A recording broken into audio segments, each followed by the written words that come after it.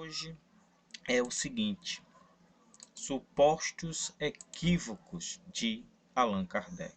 Será que o codificador, considerado bom senso encarnado, cometeu algum equívoco dentro da codificação?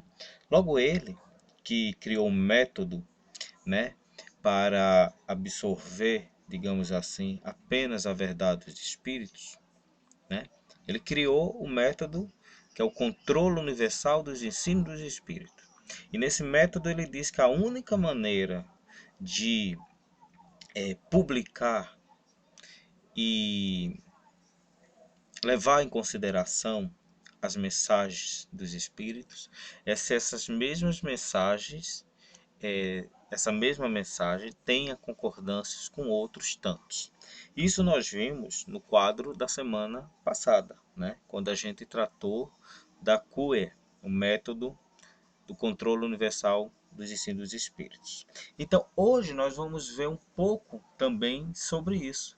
Será que ele levou esse método em consideração em toda a codificação? Será que o codificador se equivocou em algum ponto dentro da codificação? Ou não? Ou ele foi infalível, perfeito, como alguns consideram? Vamos ver. No Livro dos Espíritos, na brilhante pergunta número 1, Kardec pergunta o que é Deus e lá a gente recebe a belíssima resposta. Causa primária de todas as coisas, inteligência suprema e por aí. Mas também no Livro dos Espíritos, nessa parte ainda sobre Deus, atributos da divindade, nós descobrimos as seguintes, né? Os seguintes atributos que Deus tem. Primeiro, ele é eterno, né? Segundo, é imutável. Terceiro, é imaterial. Quarto, é único. Quinto, é onipotente. Tem gente aí achando que Kardec considerou que Deus é onipresente e onisciente. Não, é onipotente. E, último e quinto, soberanamente justo. Quinto não, sexto, é soberanamente justo e bom. Não é isso que a gente aprendeu com a doutrina espírita? E não foi isso que Jesus também veio falar sobre Deus? Que Deus é bom, é misericordioso? Não é. Alguém em sã racionalidade pode dizer que Deus não é todos esses, ou melhor dizendo, poderíamos dizer se alguns desses atributos não pertencem a Deus? Logicamente que não. Agora eu vos pergunto o seguinte: todos aqueles que acreditam em qualquer atributo fora desses em relação a Deus, está cometendo um equívoco. Concordam? Vamos lá. O último diz o seguinte: Deus é soberanamente justo e bom. Deus é perfeito. Concorda? Então, aqueles que dizem que Deus é vingador, que Deus é cruel, ele não estaria cometendo um equívoco? Estaria. Não estaria? Infelizmente não há religiões e crenças por aí que acreditam que Deus é vingador, que Deus se vinga, que Deus castiga. Aí, mas essas mesmas religiões acreditam na figura do diabo. Mas se acredita no diabo, por que pintam Deus com essas qualidades que ele não possui? E se ele possui, para que o diabo? Se ele mesmo está fazendo, né? Ou como diz aí, está sendo o próprio advogado do diabo. Ele mesmo faz, ele mesmo desfaz. Né? Então, com a doutrina espírita, nós temos uma ideia de Deus, embora nós não tenhamos ainda condições intelectuais, espirituais para o compreender na sua totalidade, mas isso ao longo do tempo a gente vai conseguir, não nessa encarnação, não neste mundo, mas talvez em outros, enfim, por conta do progresso espiritual. Mas esses são os atributos que a gente consegue mais ou menos compreender de Deus, e eu lhes digo, ele é muito válido. Pode ser vasto, mas ele é válido. Então, a gente vai encontrar no céu e no inferno, Deus é vingativo e cruel. Aí a gente vai encontrar no céu e no inferno o seguinte. No capítulo 10 da primeira parte do livro Céu e Inferno, também da codificação espírita, nós encontramos o seguinte. Kardec que fala, gente, sim, o Cristo é o Messias divino e sua palavra é a verdade. Sim, a religião fundada na sua palavra será inabalável, mas com a condição de seguir e praticar os seus sublimes ensinamentos e de não fazer do Deus justo e bom, que ele nos deu a conhecer, um Deus parcial, vingativo e impiedoso. Olha lá o que Kardec está falando nessa obra que eu acredito uma das mais importantes da codificação, principalmente para você que antes de conhecer a doutrina espírita era evangélico ou católico. Leia e estude essa obra, porque é onde Kardec vai tratar da questão de Deus, de céu, de inferno, de anjo, de demônio, de purgatório, tudo isso está lá, né? E é a primeira obra espírita que tem gente que diz assim, acredita que André Luiz foi o primeiro espírito a trazer informes sobre a condição espiritual no plano espiritual. Não. No Céu e Inferno, na sua segunda parte, Kardec já tratava desse assunto. No Céu e Inferno, na sua segunda parte, se fala até das colônias espirituais, né? A Condesa Paula, ela fala das colônias espirituais. Ela fala da existência, só que poucos não compreendem, né, o que ela está falando, aquela coisa toda. Então, é uma obra muito importante. É uma das que eu mais gosto, porque antes de tudo eu fui católico, né? Então, aqui que eu aprendi de fato o que é Deus, o que é Jesus, né? O que é Jesus? É o Messias divino. A sua palavra é a verdade. É o enviado de Deus, né? Então aqui a gente descobre que jamais Deus poderia ser parcial, vingativo e impiedoso, né? Vai totalmente em encontro aos seus atributos lá no Livro dos Espíritos, primeiro livro da codificação, correto? Mas aí nessa obra, o Céu e o Inferno, nós encontramos algo que ficamos admirados. Talvez um dos primeiros equívocos do Sr. Allan Kardec. O espírito George, ou Jorges, enfim, ele diz o seguinte, na segunda parte, capítulo 4 de O Céu e o Inferno, Espíritos Sofredores, Kardec cita uma longa mensagem ditada pelo espírito Georges, da qual destacaremos apenas o último parágrafo, que é um tanto quanto chocante. Veja a opinião desse espírito. Retribui-lhe em outros espíritos o mal que fez, castigando, confuso e escarnecido, por sua vez, vagueiam e vagueará até que a divina luz o penetre e esclareça, mostrando-lhe o Deus vingador, o Deus triunfante de todo mal, ao qual não poderá se apaziguar senão a força de expiação e gemidos. É muito contraditório. Se é um Deus triunfante de todo mal, como é que ele pode ser um Deus vingador, né? Como é que ele pode apaziguar algo se não a força de expiação e gemidos? Nos parece que é o mesmo Deus dos católicos e dos evangélicos, né? Não combina isso com a doutrina espírita. Porque nessa mesma obra, lá no capítulo 10, na parte 1, Kardec desmente essa imagem de Deus. Mas aí Kardec aceita a mensagem de George. Aí a pergunta que fica é, Kardec não usou o método. Porque isso aí é uma opinião pessoal do espírito, né? Aí alguém pode dizer, Regi, Kardec deixou para que a gente visse a diferença, então não é muito grave. É pior, meus amigos. É pior. Porque quando acaba a mensagem desse espírito, Kardec diz o seguinte, em nota. Nunca se traçou quadro mais terrível e verdadeiro, a sorte do mal.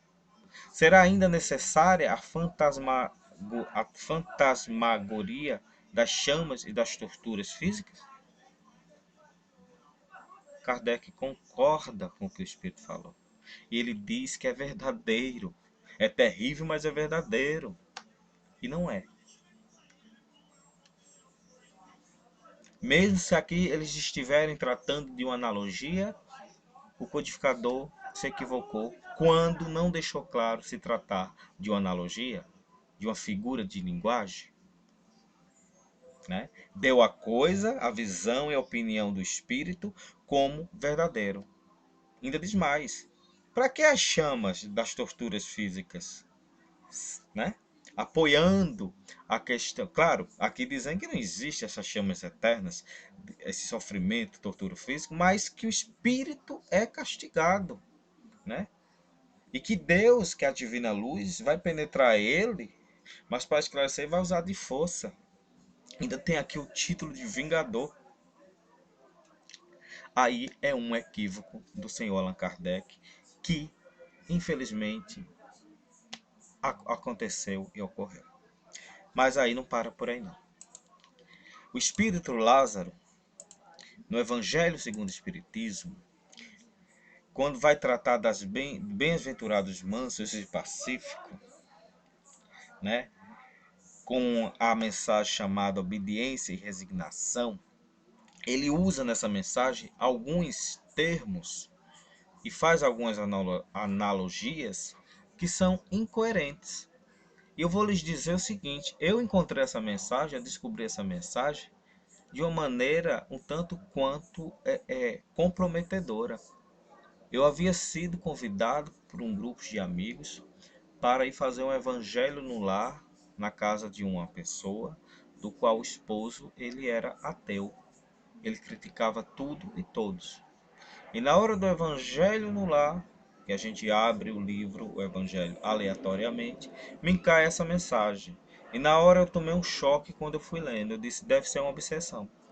Deve ter trocado as coisas, porque não é possível que o espírito tenha se portado dessa maneira e que Kardec tenha aceito a mensagem e colocado.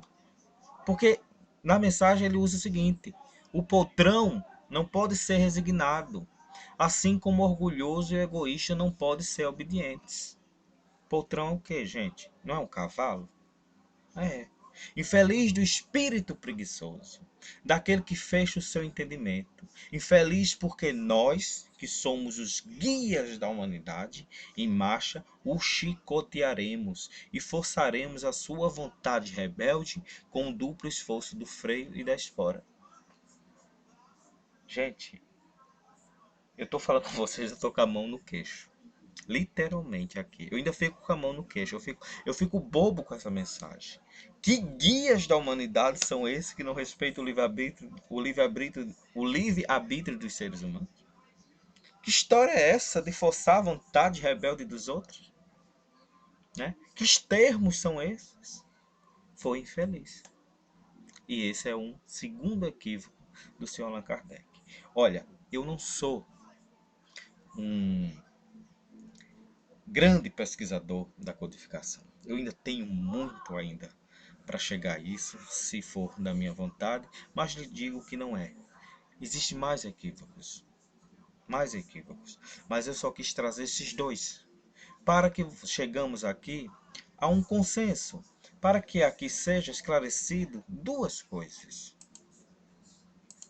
e que são fundamentais.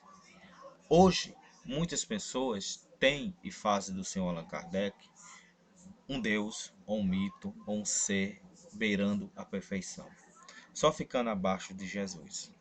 Alguns também acreditam, infelizmente, que depois da Bíblia, toda a codificação é o livro mais certo, mais perfeito. E nenhuma coisa nem outra. Kardec era falho. E ele nunca disse que não era. Né? Porque ele nos alertou que no mundo espiritual existem vários seres distintos. Né? E que muitas vezes o espírito traz um achismo ou a interpretação daquilo que ele vivencia. Mas não quer dizer que seja verdade. E para não correr o risco de escorregar e acatar mensagens como essa, ele muito se referia ao método que ele próprio criou. Mas nos parece, e eu vou ser aqui generoso e justo, nos parece que nesses dois casos ele esqueceu do seu método. Porque são opiniões pessoais dos espíritos e não dos espíritos. E são duas mensagens de espíritos distintos que estão inseridas na codificação. Mas com o passar do tempo e com muito estudo, até mesmo da codificação, a gente nota que é um equívoco essas duas mensagens, porque foram opiniões pessoais. Não quer dizer que seja a realidade. Da mesma maneira que alguns espíritos, quando acordam no umbral, fazem uma interpretação errônea que acordaram no inferno, que as dores que estão sentindo da culpa, da sua ignorância, fazem com que eles sintam uma chama ardente como fogo. E os espíritos horrendos que aparecem para ele, muitas vezes para os provocar, são zombeteiros, eles consideram o diabo, né? Então, essas duas mensagens servem para essas pessoas que têm essa ilusão de que Kardec é a perfeição em pessoa e foi, e que ele não tem erro, que tudo que está na codificação é a verdade, mais pura verdade, porque foram os espíritos que ditaram para o senhor Allan Kardec. A gente tem que tomar cuidado com esse tipo de pensamento, porque não é nada disso. Repito, era o bom senso encarnado, mas não era infalível. Nunca esqueçam disso. Não estou desmerecendo aqui Allan Kardec. Muito pelo contrário. Eu estou aqui dignificando ele, a pessoa do homem, como outro qualquer. Falível. Ele não era infalível, porque ele era um homem. E todo homem é falível. Então, eu lamento que tenha pessoas no movimento espírita que queiram dar a Kardec qualidades das quais ele mesmo não possuía. E como nada é por acaso, talvez essas mensagens que demonstram realmente nelas alguns equívocos tenha escapado da sua visão crítica para que nós pudéssemos chegar agora no futuro, no presente, vamos assim dizer, e dizer: calma você que acha que Kardec era perfeito. Calma você que acha que toda codificação traz verdades do início ao final. Que nada ali é equívoco, porque o senhor Allan Kardec criou um método e esse método é infalível. Calma. Porque mesmo usando esse método, e se esse método for infalível, talvez nessas duas mensagens que eu aqui vos apresentei, esse método tenha escapado. Até o próximo sábado, com mais um quadro falando de